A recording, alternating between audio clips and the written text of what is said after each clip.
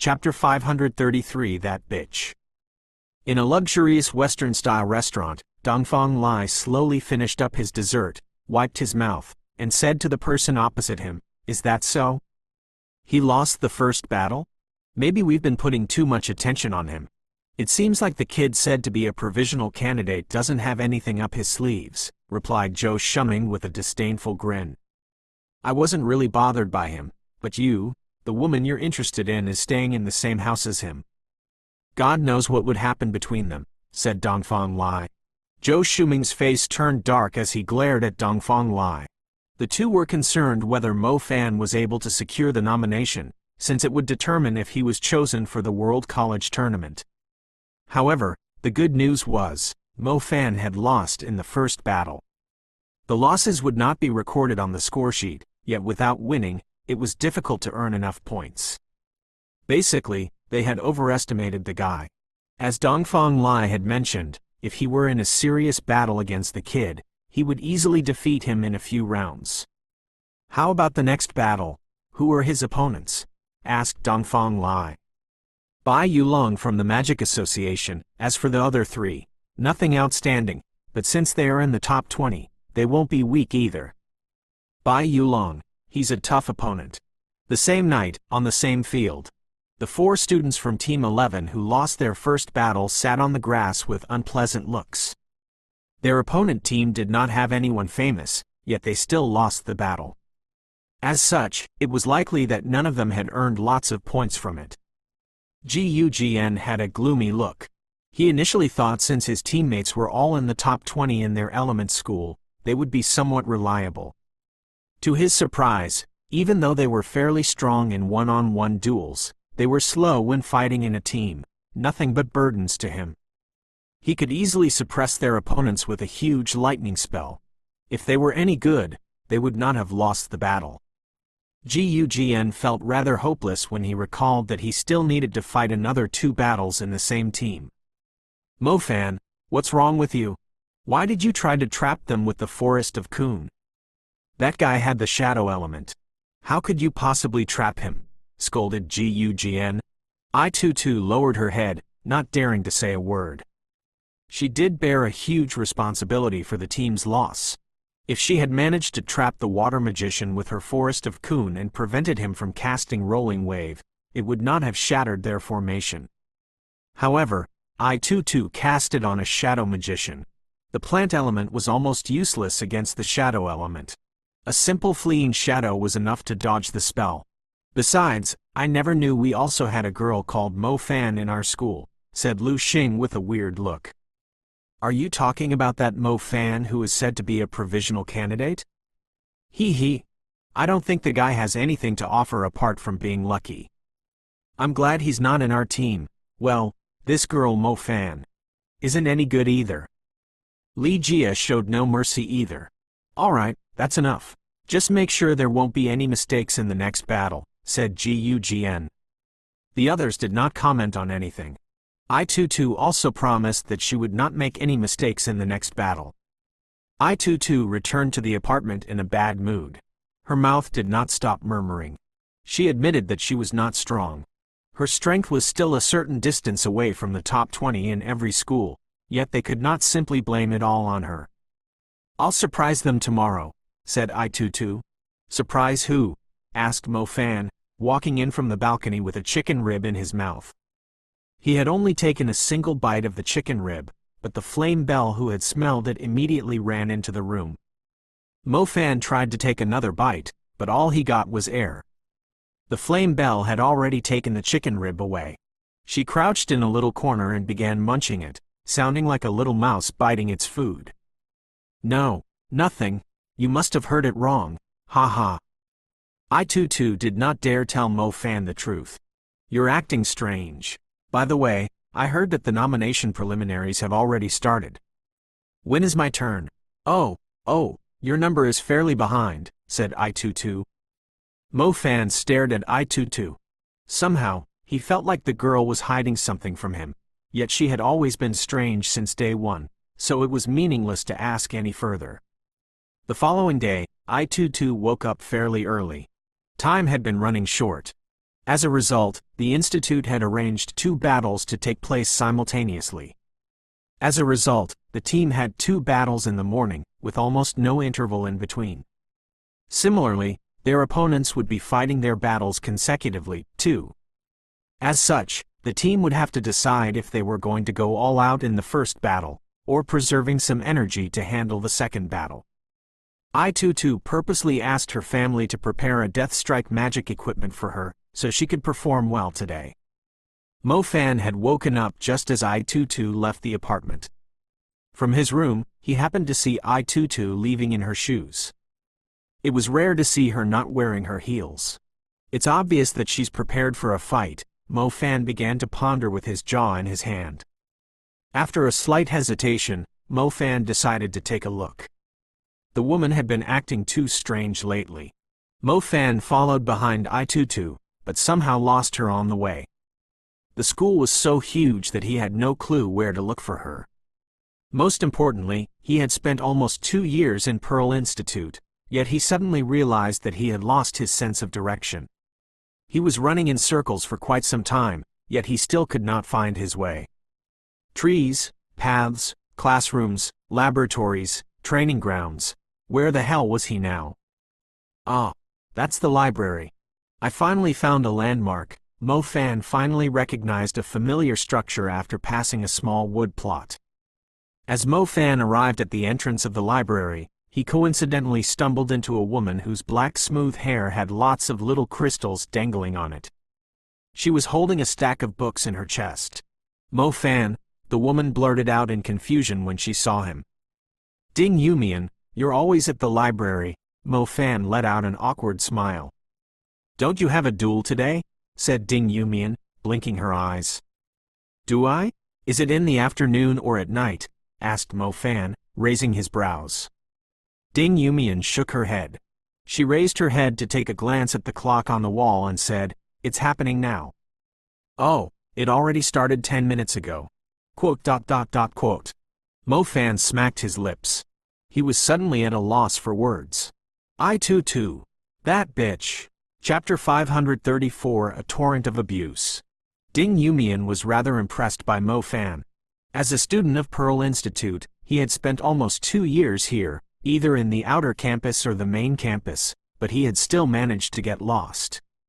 Most importantly, the participants of the nomination preliminaries would take a shower and offer some incense sticks ahead of time to prepare for the duels, but Mo Fan did not even know he had a match today. When she led the guy with a poor sense of direction to the dueling ground, the match had almost come to an end. Your team is fighting the duel with only 3 people. They must have a huge grudge against you now. Ding Yumian entered the stadium with Mo Fan. However, as Ding Yumian glanced at the dueling ground, she was left speechless instantly. 4 people. There were 4 people on the dueling ground, not one was missing. However, Mo Fan was standing right beside her. Who was the person replacing him in the battle? Mo Fan's face had fallen dark. He could feel millions of copies of the word, fuck, galloping through his heart. Did she impersonate you to participate in the battle? Ding Yumian found herself a comfortable seat. She seemed fairly intrigued. Her charming eyes were gleaming, as she waited to see how the situation would develop. Mo Fan's expression could not turn any worse, but the match was still ongoing. He could not simply jump into the battle and drag I-Tutu out of it to smack her ass. He could only watch the battle miserably, hoping that I-Tutu would not mess it up too much. As he thought, nothing good came out of it when he asked the woman to help him with something. He had underestimated the size of the hole in her brain. God must have knocked over the cup containing wisdom when he was creating her, and gave her large breasts to compensate her for her loss. They are in a pinch, Ding Yumian calmly commented as she watched the battle. It's very obvious, Mo Fan nodded. On the dueling ground, Gu Jian's expression was extremely gloomy. He was seriously suspecting the girl called Mo Fan had simply come here to act cute. Was the plant element seriously her primary element? She pretty much had 0 accuracy when using the magic vine. Their opponents could easily dodge her spell without relying on wind track or earth wave. Brilliant light. Blind. I-22 was aware that she was unable to use her plant element effectively, hence she stopped relying on it. When she saw Gugn was trapped between enemies, she immediately thought of using the light spell to blind the enemy, allowing Gugn to escape. However, the brilliant light, blind, was unable to distinguish friend from foe. Not only would it blind the enemy, it would also blind her allies, too. It required the light magician to have good control of the distance and angle to work as they intended. Gugn's wrist was glowing with a lightning strike. He was planning to paralyze one of his opponents with the spell, and use his boots equipment to escape from their flanking him. To his shock, I-22's brilliant light suddenly blinded him. He totally lost sight of his target. While Gugn was blinded, a thick ice chain slapped him fiercely. His eyes were still burning in pain, so there was no chance for him to dodge the attack. The chain struck his abdomen with great force and sent him flying. He was wearing magic armor, which was also his last line of defense. After Gugn was injured, their team no longer had enough firepower. They were defeated rather quickly. The outcome was decided. They had lost the battle again. Team 16, win. Following the declaration by the referee, the students from Team 16 immediately burst out in smiles. Their captain Bai Yulong burst out laughing, as if he were mocking Gugn. He kept on making some weird noises. Gugn did not get along well with Bai Yulong. The defeat totally detonated the fury in his chest. Are you out of your mind? Didn't you know that the brilliant light would blind me too? Did you make it to the top 20 by climbing into your opponent's bed? Dumb like a pig. I don't want to see you again. Gugn pointed at I-22 and vented his anger through a torrent of curses. He could not care less after he was overwhelmed by anger. He had lost 2 of the 3 most important matches in the nomination preliminaries. He was getting further away from securing the nomination, and it was all thanks to this dumb woman. The first loss, he put up with. The second loss, he could not bear it any longer, even when the crowd was looking and the person he was scolding was a girl. Annoying, so damn annoying. Gugn's voice was echoing throughout the dueling ground as he fully expressed the thoughts in his mind. The place fell deadly quiet at Gugn's sudden roar. Soon, the sound of crying broke the silence. I-22 was stunned for a few seconds, before she buried her face in her hands and burst into tears. Gugn's words were extremely unpleasant to the ears, basically stabbing her right in the heart. Even I-22, who was always fooling around, completely broke down in front of the crowd. She knew that she was treating it as something fun to do when she decided to impersonate their teammate. However, when she saw their depressed expressions after losing the first battle, she no longer treated it as a joke. She was very serious in the second battle, and even had her family spend a fortune to prepare a Deathstrike magic equipment for her. The Deathstrike magic equipment did come in handy, but their opponents were stronger than the team in the last match. Their team's overall strength was weaker. As they lost the battle, she initially thought Gugn would try and comfort her since her performance today was a lot better, yet to her surprise, all she got was a scolding. As the sound pierced through her heart, tears burst out from her eyes. "What the hell are you crying for? Piss off. Don't let me see you again," snapped Gugn. He had already assumed the girl would be a burden when he first saw her. He never thought she would be even more useless than he had thought. Gugn. Forget it. Yeah, we still have the third match coming up. She was just trying to help you out, advised Li Jia. What's the point of fighting the third match when this woman is on our team? Gugn was still consumed by anger. I-22 could no longer picture that the man condemning her so loudly was someone that her family was fond of. Her only thought now was to leave the place. Holding her face, I-22 ran toward the exit in disappointment and bumped into someone's chest. The chest was not wide, yet it felt very sturdy. She was about to walk around when the person spread his arms and hugged her. I-22 raised her head and realized that the person was Mo Fan. She felt like she was being electrocuted. When she recalled how Mo Fan had witnessed the scolding in her foolish act of impersonating him, she suddenly felt too ashamed to show her face. Gugn was just someone that her family was fond of.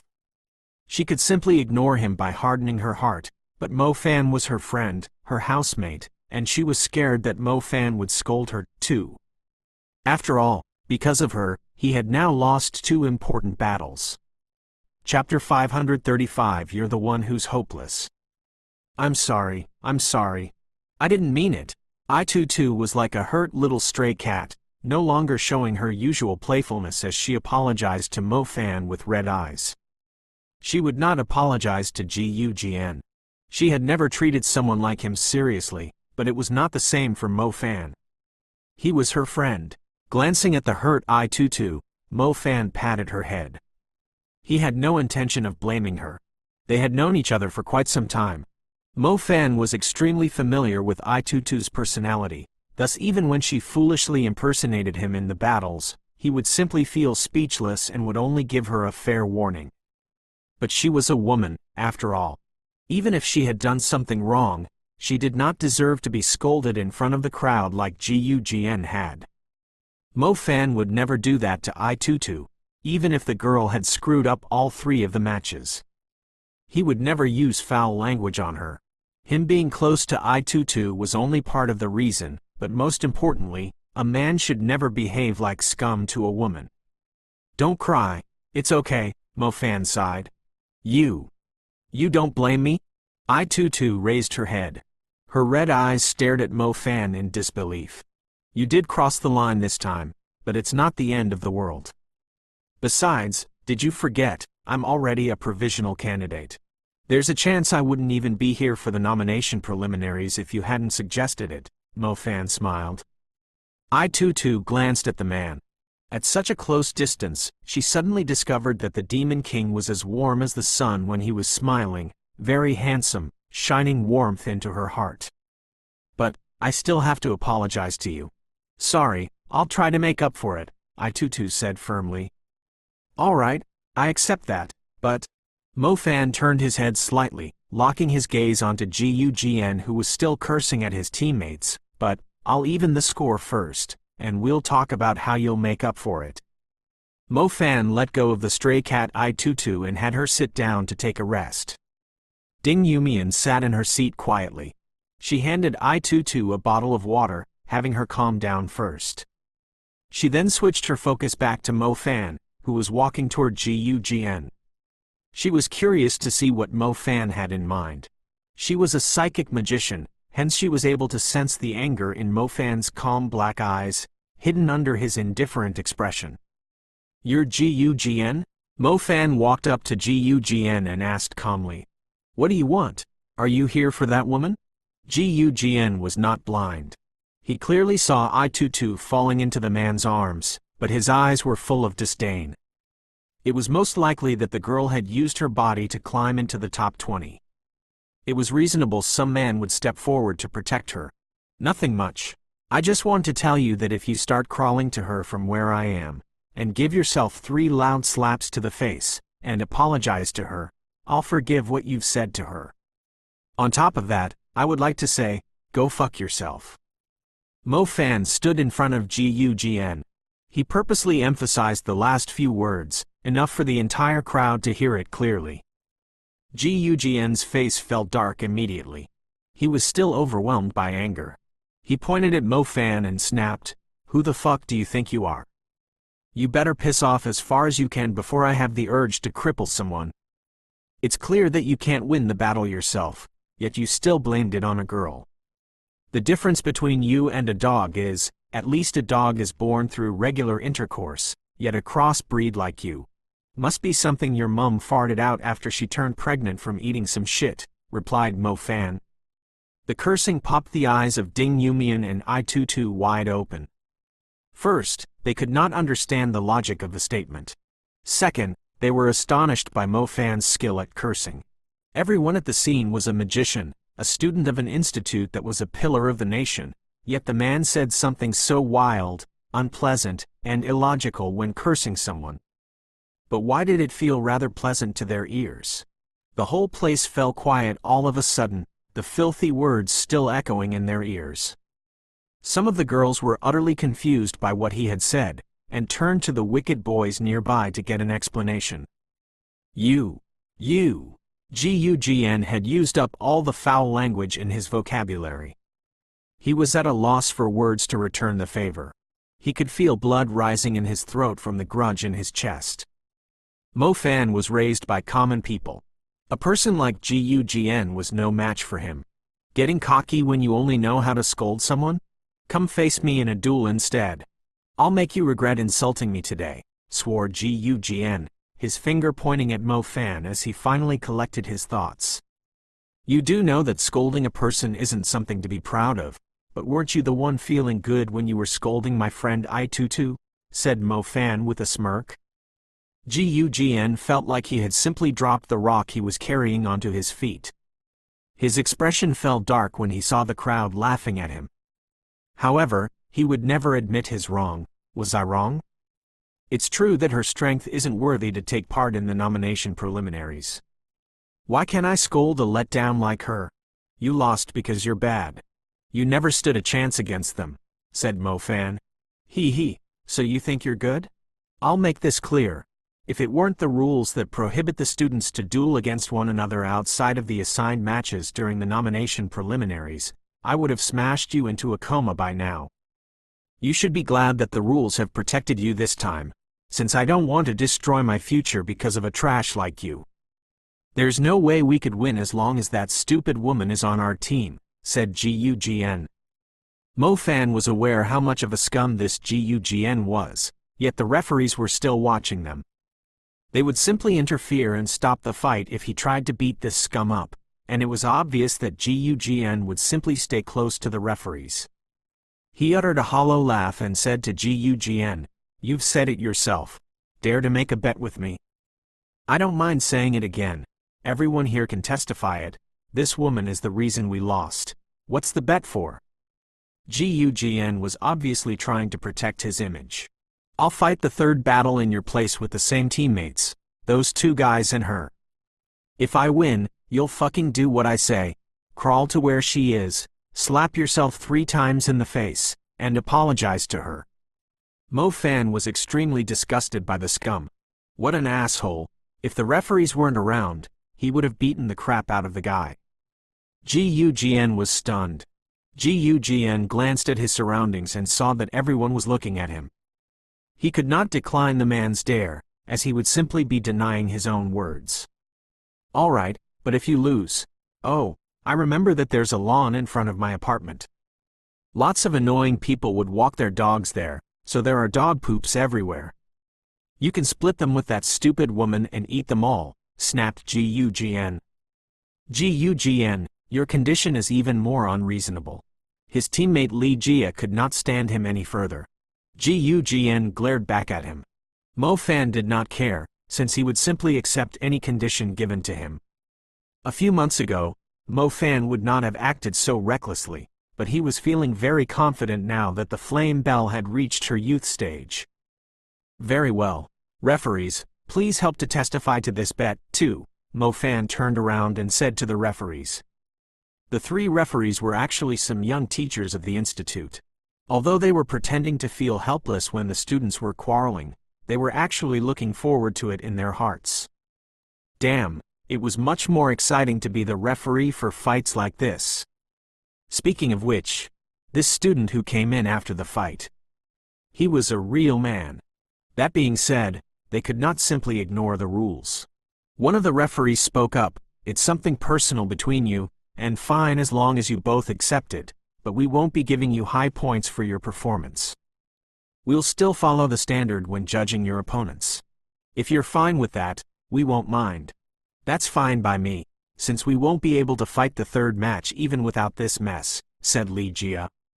Lu Xing nodded too, implying that he would rather fight the last battle with the wild man on his team than forfeiting it. Besides, for some reason, the fellow looked rather familiar to him.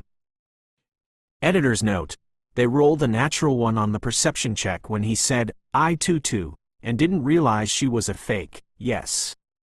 And why the refs would let someone not on the team sub in for a nomination match. Whatever.